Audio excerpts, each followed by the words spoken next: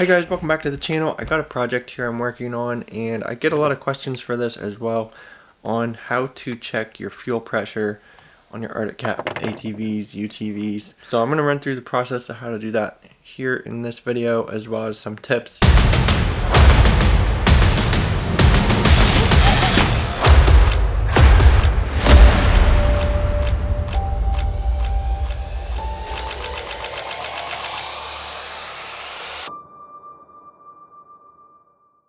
So first thing you're going to do is locate your fuel line. This one here is a Prowler I'm working on, and the fuel line runs down and has this filter here. And I'm just going to slip in my fuel pressure gauge right here. So I'm just going to undo one side of this and slip my fuel pressure gauge there. Then I can just tighten this back down. That way I've got my gauge running in line with my fuel line. That way I've got my gauge running in line and with the fuel line, so I'm going to be able to tell the pressure that the fuel pump is giving me to the throttle body. Here you can see we're not getting very good pressure from this fuel pump, or maybe it's the regulator, I don't know yet, but we've got 20 psi about on it, so that is not enough that we need. And we've got about 20 psi, 20-25 psi out of this pump. So every time you turn your key, you should be getting the correct fuel pressure.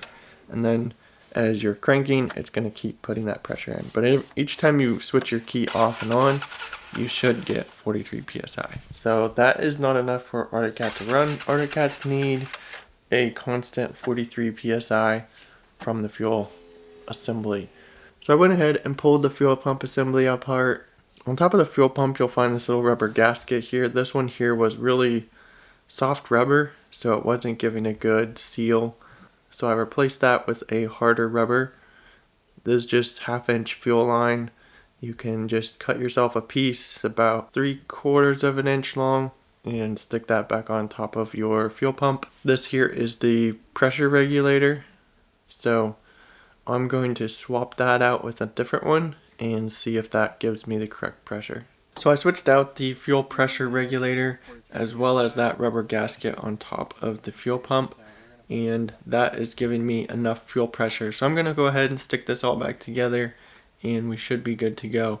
Hopefully this solves your guys' problems. If you have any fuel issues, be sure to check your fuel pressure first and then just diagnose from there, whether it's your pump or that gasket on top or your regulator. Just go through kind of process elimination. If you do need one, you can just get the fuel pump itself and just replace that out of the fuel pump assembly. That will save you from having to get that entire assembly. Hopefully this video helps. I'll leave all the links you need for the parts down in the description. Be sure to subscribe, follow along, and I'll see you guys in the next one.